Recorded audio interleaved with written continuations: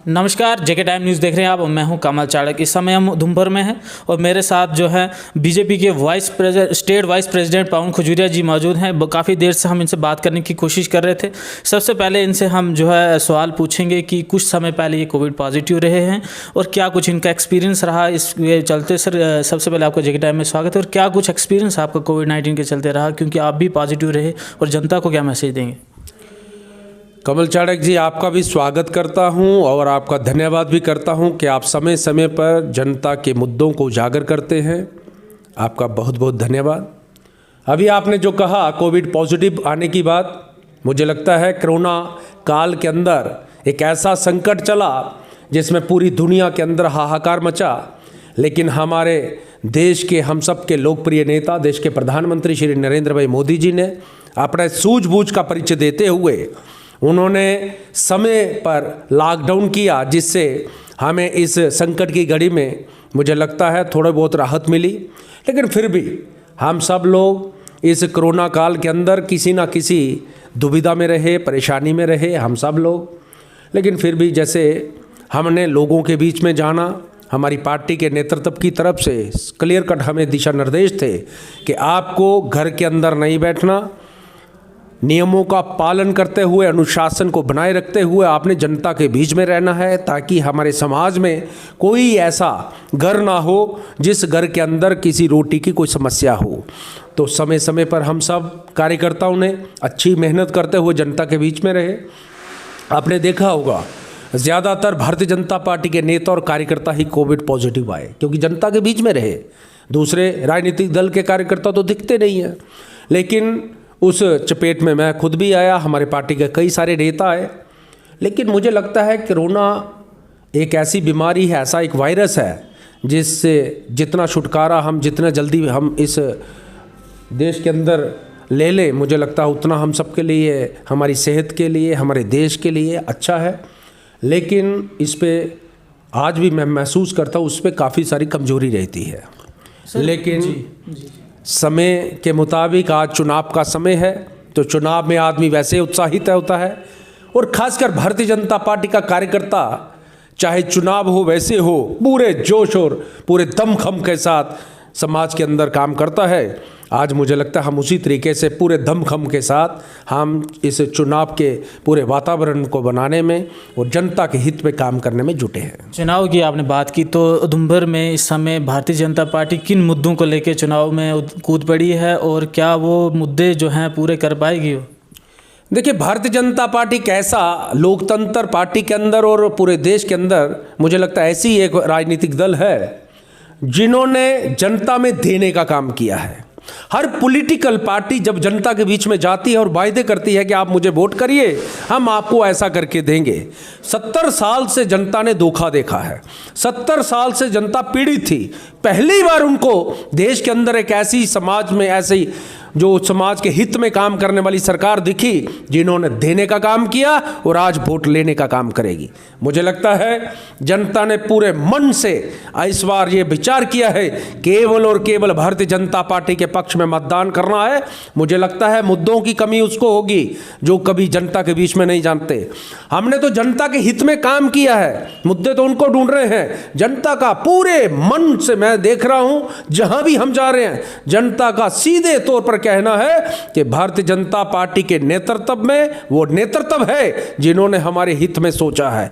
हमारी केंद्र की सरकार नरेंद्र भाई मोदी जी जिन्होंने हमारे घर की चिंता की है, हमारी चिंता की है, हमारे सर के ऊपर छत दिया है, हमारे घर के अंदर राशन दिया है, हमें खाते के अंदर किसान सम्मान निधि के माध्यम से पैसे दिए हैं, पेंशन के माध्यम से पैसे दिए हैं, और कुल मिलाकर गैस का सिलेंडर दिया है। अनेकों योजनाओं के माध्यम से नरेंद्र भाई मोदी ने हर घर के अंदर दस्तक दी है। मुझे ऐसा लगता है इस बार जिस तरीके से चुनाव में हम जनता के बीच में जाते थे, हमें कई बार हमें जनता के बीच में जाकर बातों को समझाना पड़ता था। मुझे लगता है पहली बार ऐसी है कि जनता ने पूरा मन बनाते हुए कहा है, जब हम बीच में जाते हैं कहते हैं आपकी जय जयकार हो, आपके नेतृत्व की जय जयकार हो कि उन्होंने हम सबकी चिंता की है। अब चलेगा तो केवल मात्र भारतीय जनता पार्टी चलेगी। पोल पे अगर मोर हानि है तो केवल मात्र कमल के फूल पे मोहर लगा। पवन जी, कब तक जो है भारतीय जनता पार्टी जो है मोदी जी के नाम पे वोट मांगती रहेगी? आपका मैनिफेस्टो क्या है? उधमपुर के लोकल लीडर्स जो हैं, आपका क्या मैनिफेस्टो है? ये तो सेंट्रल स्पॉन्सर स्कीम है, आपकी लोकल यहाँ की क्या स्कीमें हैं? क्या आप लोगों के बीच जा रहे हैं? देखिए, आपने ठीक कहा, कब तक नरेंद्र भाई मोदी? ऐसे ही पहले की आप कहा करते थे। जब स्वर्गीय अटल बिहारी वाजपेयी जी देश के प्रधानमंत्री बने, उन्होंने जनता के हित में काम किया, उस समय लोग कहते थे कि अटल जी के बाद कौन। आज उनके बाद हमारे नरेंद्र भाई मोदी। वैसे ही हमारे प्रदेश की कल्पना है, जिस प्रकार से जनता के बीच में एक से बढ़कर एक हमारा कार्यकर्ता, मैं नेताओं की बात नहीं करूंगा कि कार्यकर्ताओं की भी बात करूंगा कि कार्यकर्ताओं भी हमारी जनता की उम्मीदों पे खरा उतरे हैं, तभी जनता के अंदर इस तरीके का वातावरण। अच्छा, आपका मैनिफेस्टो क्या है? किन मुद्दों को लेकर चुनाव में उतरे हैं आप? देखिए, मैनिफेस्टो उसका होता है जिसने जनता के बीच में कभी कभार जाना हो। हमारा 1 पॉइंट एजेंडा है, जनता के हित में काम करते आए हैं, कर रहे हैं, करते रहेंगे। भारतीय जनता पार्टी ने हमेशा समाज के हित की बात की है, जनता में उत्थान की बात की है। जनता के हित की बात करते हुए हमारी पार्टी के अंदर हमारे जिस प्रकार से पूरा नेतृत्व चिंता करता है, मानो मुझे लगता है केवल और केवल भारतीय जनता पार्टी ऐसी है जो जहां पर जनता के हित में बात करती है। आपसे पूछना चाहेंगे, देव का प्रोजेक्ट चल रहा है, क्या लगता है आपको, क्या पैसा सही जगह यूटिलाइज हो रहा है इसमें? देखिए, जो डेवलपमेंट की बात कर रहे हैं, मुझे लगता है समाज में रहने वाला हर वर्ग का हर व्यक्ति आज महसूस करता है कि अगर विकास की बात करेंगे तो भारतीय जनता पार्टी के नाम के आगे सीधे विकास जुड़ता है। तभी नरेंद्र भाई मोदी ने कहा है सबका साथ सबका विकास, और जनता ने उनके ऊपर किया है पूर्ण विश्वास। और आज मैं समझता हूं जिस प्रकार में पूरे देश और पूरे राज्य में हमारे जिस प्रकार से जनता ने नरेंद्र भाई मोदी और भारतीय जनता पार्टी के कार्यकर्ताओं के ऊपर विश्वास किया है, मुझे लगता है इस बार डीडीसी के चुनाव में सीधे तौर पर फूल खिलने वाला है, सीधे तौर पर कमल खिलने वाला है। कांग्रेस पार्टी का कहना है कि देव का प्रोजेक्ट में जो सीवरेज सिस्टम बन रहा है, क्या वो पैसा जो है सही तरीके से यूटिलाइज नहीं हो पा रहा है जिस तरीके से होना चाहिए था, जिसके लिए उन्होंने फंड्स जो है लाई है? क्या कहेंगे? मैं समझता हूं कांग्रेस पार्टी हो या अन्य राजनीतिक दल हो, वो ठीक कह रहे हैं, क्योंकि जब भी यहां पर कोई डेवलपमेंट का कोई प्रोजेक्ट आता था, आधा पैसा प्रोजेक्ट में लगता था, आधा पैसा उनके घर के अंदर लगता था।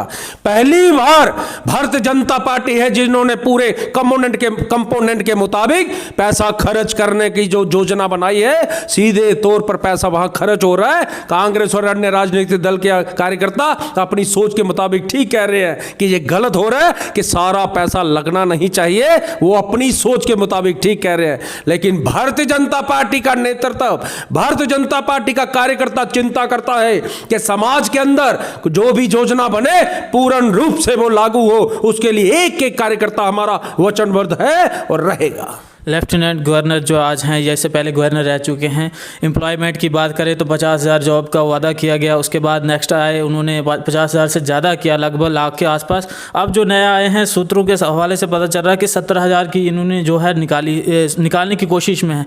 लगभग 2.5 लाख के आसपास रोज़गार पैदा होने की जो है बात सामने आती है, लेकिन ग्राउंड पे अभी तक कुछ नहीं है। युवा बेरोज़गार है, इंजीनियर बेरोज़गार है, ना इस यहाँ पे प्राइवेट सेक्टर में कोई ऐसा एम्प्लॉयमेंट है कि जो है युवा वहाँ पे सेटल हो जाए। बीजेपी का कब तक जो है इस पे क्लियरिटी आएगी? देखिए, ऐसा है कमल जी, मुझे लगता है कुछ बातों को दुरुस्त करना बड़ा अनिवार्य है कि यहाँ पर ऑनरेबल गवर्नर साहब रहे हों, जब वर्तमान में ऑनरेबल एलजी साहब हों, उनकी घोषणाओं के माध्यम से जो 50,000 की घोषणा की, 70,000 की घोषणा की कि हम रोजगार देंगे, उसमें आप मल्टीप्लाई मत करिए कि एक ने कहा 50,000, दूसरे ने कहा तो वो 2.5 लाख हो गया। ऐसा नहीं है। लगभग उनका कहना है कि हमें समाज के अंदर आत्मनिर्भर भारत की तरह आत्मनिर्भर बनना है। मुझे लगता है आज आप जिस प्रकार से डेवलपमेंट की बात कर रहे हैं, हर प्रोजेक्ट के अंदर हमारे युवा जो बेरोजगार थे उनको रोजगार मिला है। आज हर हमारे इंडस्ट्रियल सेक्टर के अंदर हमारे इंडस्ट्री लगाने के लिए अनेकों योजनाओं का यहाँ पर जो घोषणा हुई और उसका इम्प्लीमेंटेशन हुआ है। मुझे लगता है जिस प्रकार से लगातार अभी इंटरव्यू की बात चली, अब यहाँ पर मॉडल कोड ऑफ कंडक्ट लगा, अन्यथा यहाँ पर जिस प्रकार से लगातार भर्ती चल रही है, लगातार नौकरियों के लिए आवेदन की बात चल रही है, मुझे लगता है जल्द ही यहाँ पर चाहे हमारा कोई गरीब जहां पर कम पढ़ा लिखा कोई नौजवान हो उसके लिए भी सरकार ने सीधे योजना बनाते हुए उसे भी 10,000 लोन देने की बात की है। रोजगार केवल मात्र गवर्नमेंट सेक्टर की बात नहीं होती।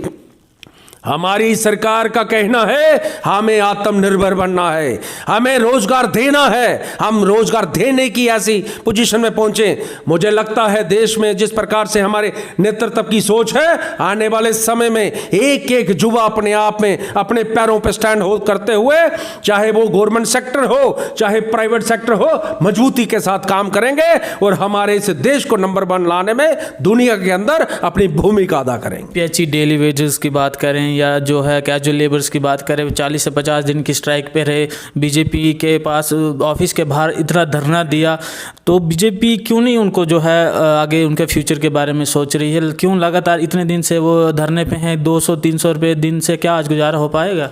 ये बहुत अच्छा प्रश्न किया कमल जी, दिल से दुख है। पहली जो सरकारें रही उन्होंने समाज के हमारे युवाओं के साथ धोखा किया है। केवल और केवल भारतीय जनता पार्टी ऐसी है जो उनकी चिंता करती है। दिल से दुख है कि उनके साथ धोखा हुआ है। लेकिन 50 दिन की स्ट्राइक है तो क्या चिंता की? केवल 50 दिन की बात नहीं, वो आज नहीं लगे। डेली वेजर केवल और केवल भारतीय जनता पार्टी की सरकार के दौरान नहीं लगे।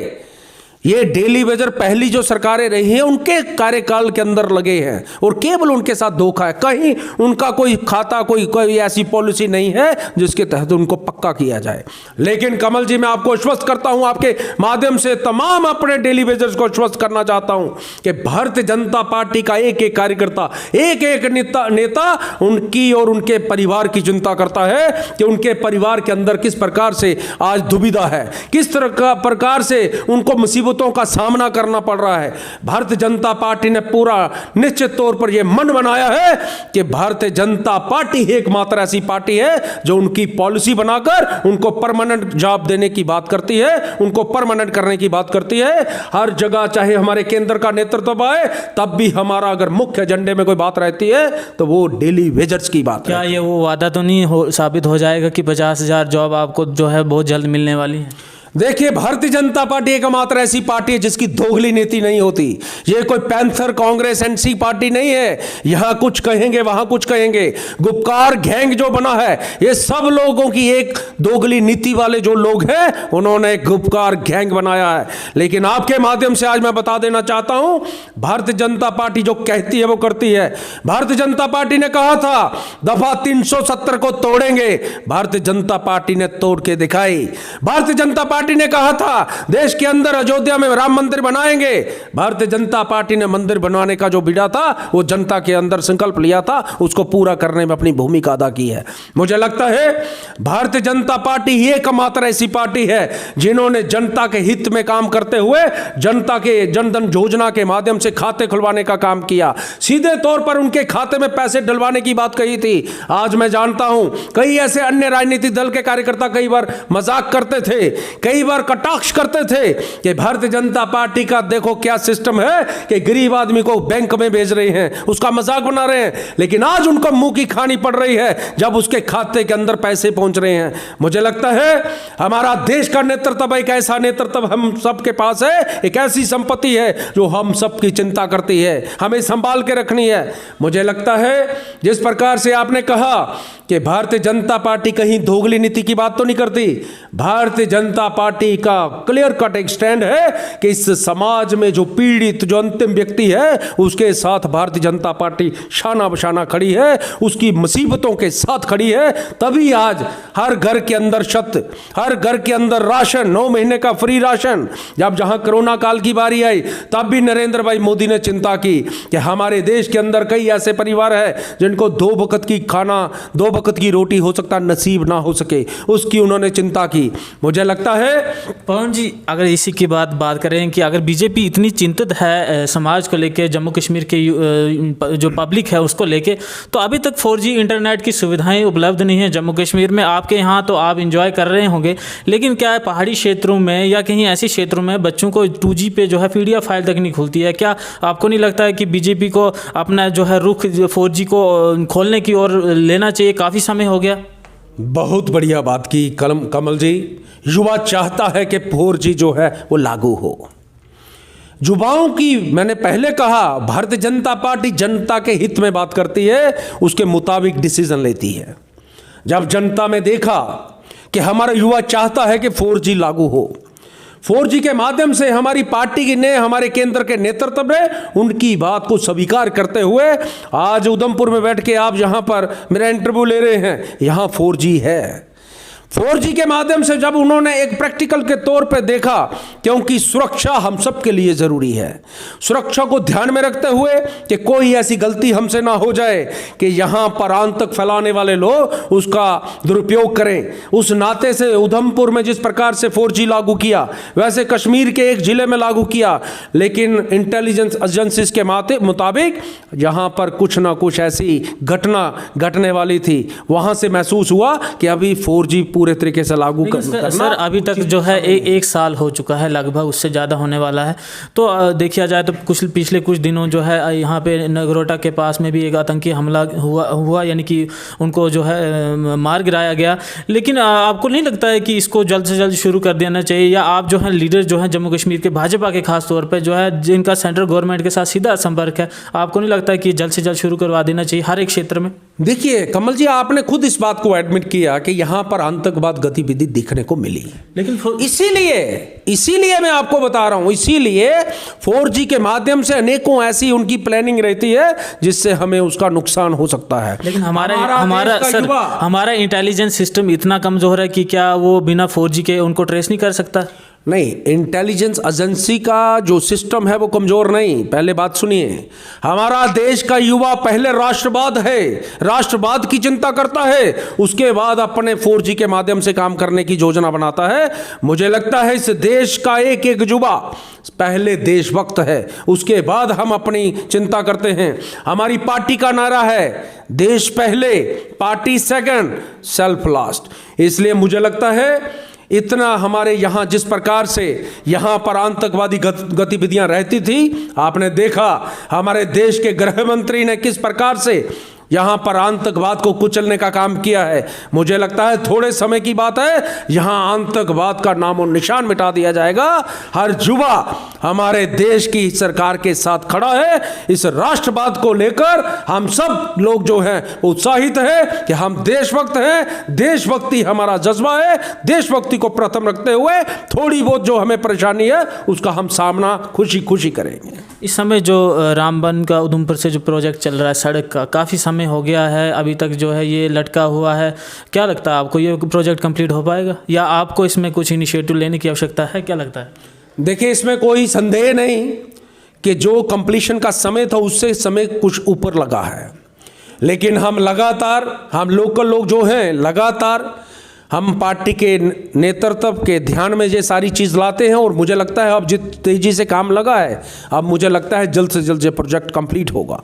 इसी के साथ अनेकों ऐसे प्रोजेक्ट हैं जिनकी पूछताछ के लिए वहाँ ग्राउंड पे क्या पोजीशन है, दिल्ली से लगातार केंद्र सरकार की तरफ से यहाँ पर रिप्रेजेंटेटिव ऑफिसर्स यहाँ पर रूटीन में आते हैं, देख रहे हैं। हम सब लोग इसमें पूरी भागीदारी के साथ, पूरी मजबूती के साथ चाहते हैं प्रोजेक्ट जल्द से जल्द कंप्लीट हो और पूरे अच्छे तरीके के साथ वहाँ पर जो प्रोजेक्ट है वो लागू हो, ताकि हम सब लोग उसका भरपूर लाभ ले सकें। एक सवाल जो है जनता के बीच काफ़ी ज़्यादा समय से है और वो पूछना चाहते थे, और मैं आपसे सीधा पूछना चाहूँगा कि भाजपा को क्या आवश्यकता आन पड़ी कि एक्स MLAs या एक्स MOS को जो है इसी DDC के चुनाव में उतारा गया? क्या कहेंगे?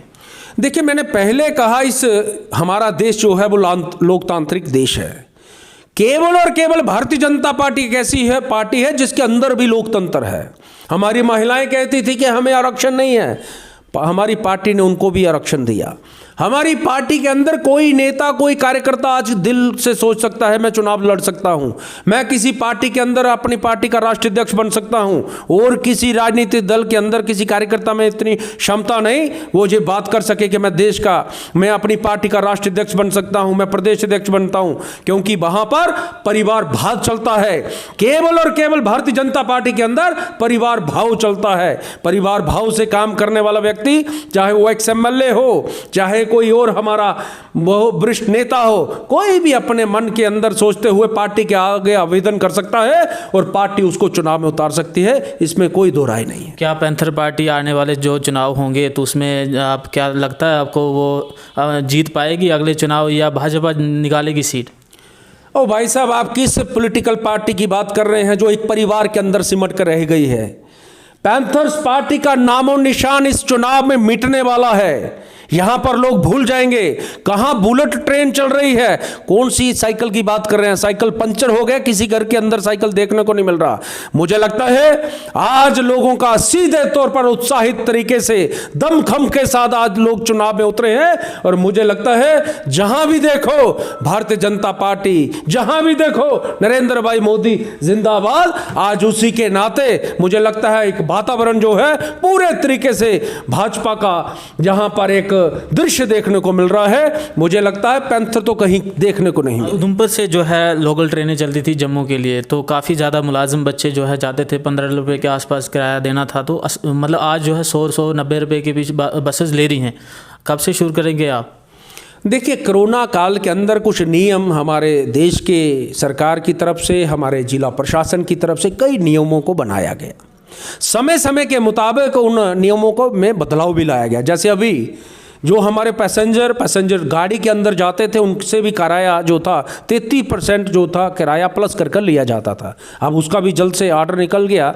सभी ARTOs ने अपने अपने ज़िले के अंदर प्रेस कॉन्फ्रेंस के माध्यम से सब सारी जनता को बता दिया है कि अब जो आपका एक्चुअल में जो फेयर है वही लगेगा। वैसे ही मुझे लगता है समय समय के मुताबिक ये घोषणा होती रहती है। सर, अब जो है आखिरी में आपसे पूछना चाहूँगा कि भारतीय जनता पार्टी जो है जो किसान आंदोलन चल रहा है इस समय, वो किस तरीके से आप उसको सोचते हैं? क्या कुछ कहना चाहेंगे उस पर? ये बहुत बढ़िया प्रश्न किया कमल जी। मैं चाहता था आप ऐसा प्रश्न करें ताकि जनता जो वहाँ की एक्चुअल पोजीशन है उसको जान सके। कल किसी एक पत्रकार भाई ने वहाँ पर इंटरव्यू लिया, कुछ हमारे जो किसान, बड़े पीड़ित किसान, बनाए हुए किसान, उनसे पूछा गया, अरे भाई साहब आप यहाँ पर आंदोलन कर रहे हैं? बिल्कुल कर रहे हैं। क्यों कर रहे हैं? मोदी जी गलत है। उन्होंने पूछा कि गलत क्या है? कह रहे भैया मुझे क्या लेने देना, मुझे उन्होंने बोला था 1000 रुपये दिहाड़ी मिलेगी, मैं 1000 लेने आया। उन्होंने बोला था बोलना है मोदी गलत कर रहा है, मोदी गलत कर रहा है। उन्होंने पूछा क्या गलत कर रहा है? कह रहा है गलत यही कर रहा है जो इन सरकारों ने पहले नहीं किया। फ्री में राशन दे रहा है, घर के अंदर चूल्हा दे रहा है, गैस सिलेंडर दे रहा है, हमारे वृद्ध पेंशन दे रहा है, हमारी विडो पेंशन दे रहा है, हमारे विकलांग पेंशन दे रहा है। हमें सबको हमारे घर के अंदर कोई बीमार ना हो जाए उसकी चिंता करते हुए गोल्डन कार्ड जो 5 लाख रुपए का बीमा का हमारा हो जाए वो सुविधा दे रहा है। हमारा नरेंद्र भाई वो मोदी वो कर रहा है जो इन सरकारों ने कभी कल्पना भी नहीं की थी। ये नरेंद्र मोदी गलत कर रहा है, ये हमें कहा गया, लेकिन हमारा दिल नहीं मानता। लेकिन भैया उन्होंने बोला 1000 रुपये मिल जाएगा तो हम भी इनके साथ चल दिए, हमें क्या लेना देना क्या है। उन्होंने बोला ये थोड़ा सा हमारे सामने बोल देना, हमने बोल दिया। बाकी नरेंद्र मोदी जैसा कोई नेता नहीं है, ये उनका कहना था। वास्तव में सारी जनता जानती है ये जो किसान आंदोलन कर रहे हैं, किसान तो उसमें है ही नहीं। वो तो एक पॉलिटिकल पार्टी की रणनीति है कि किस तरीके से उनकी जो नैया डूब चुकी है उसको किस तरीके से थोड़ा बाहर लाया जाए। मुझे लगता है जनता के अंदर एक्सपोज हुए हैं और आने वाले समय के अंदर हमारे देश, अगर किसान की बात है तो पूरे देश के अंदर किसान है। पवन जी यहाँ पे मैं आपको रोकना चाहूँगा। अगर ये जो है लोग गुमराह हैं या कुछ भी मान के चलें तो अमित शाह जी ने क्यों इनके साथ बैठक करने का जो है फैसला लिया? हाँ बिल्कुल, बड़ी अच्छी बात है। जैसे मैंने कहा ये तो आपके माध्यम से समाचार, आपके जैसा एक भाई पत्रकार भाई है जिसने इंटरव्यू लिया तो पता चला कि ये किसान नहीं है। हमारे गृह मंत्री, मैंने पहले कहा, वो जनता के हित में बात करते हैं। उन्होंने सोचा शायद हो सकता है कुछ हमारे किसान भाई गुमराह हुए हों, उनको रास्ते पे लाने का काम करेंगे, इसलिए उन्होंने बात की। लेकिन जब पता चला ये किसान तो है ही नहीं, ये तो वहां पर कुछ लोग ऐसे हैं जो उनको किराए पे लाया गया था। वो तो सारा एक्सपोज हुआ है। मुझे लगता है इस देश की जनता अगर आज किसी पे विश्वास करती है तो पूर्ण रूप से नरेंद्र भाई मोदी के ऊपर विश्वास करती है। तभी दुनिया के अंदर इस समय नरेंद्र भाई मोदी एक व्यक्ति जिसने पूरी दुनिया के अंदर जनता जनार्दन की जय जयकार करवाई है। आज मुझे लगता है हर घर के अंदर भगवान के बाद अगर किसी फोटो पे अगर कोई पूर्ण विश्वास करता है, नरेंद्र भाई मोदी के ऊपर विश्वास। अगर कल को चुनाव शुरू हो जाते हैं एमएलएज का, तो आपको क्या लगता है कितनी सीटें भाजपा जम्मू कश्मीर में ले पाएगी?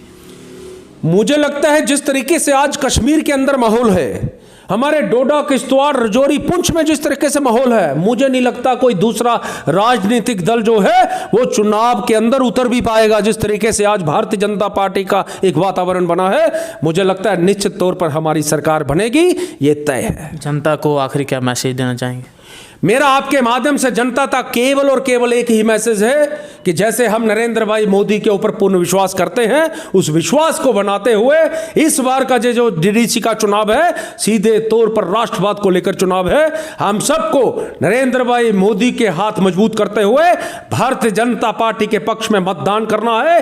केवल और केवल हमारा इतना काम है। मुझे लगता है अभी नरेंद्र भाई मोदी जी ने जितनी योजनाओं को लागू किया, जितनी योजनाओं का हम सब ने लाभ लिया, अभी ये काम अधूरा है। अभी नरेंद्र भाई मोदी ने कई ऐसी योजनाएं प्रारंभ करनी है जिनका हमें भरपूर लाभ लेना है। इसलिए मुझे लगता है जनता पूरे उत्साही तरीके से, पूरे जोश के साथ इस चुनाव में उतरे और भारतीय जनता पार्टी के पक्ष में मतदान करे। यही मुझे आप सबके आपके माध्यम से जनता से आग्रह करना है। शुक्रिया सर अपना कीमती समय जेके टाइम्स को देने के लिए। तो ये थे हमारे साथ स्टेट वाइस प्रेसिडेंट बीजेपी से पवन खजूरिया जी, जिन्होंने अपनी बातें रखी। अब जनता जो है जनार्दन है, आपने फैसला लेना है किसको वोट करना है, किसको नहीं करना है। और हमारी कोशिश रहती है कि नए हस्तियों से मिलाने की जो है जेके टाइम से पहली बार जो है इनके साथ हम फेस टू फेस बात कर रहे थे। बने रहिए जेके टाइम के साथ, हमें दीजिए इजाज़त। नमस्कार।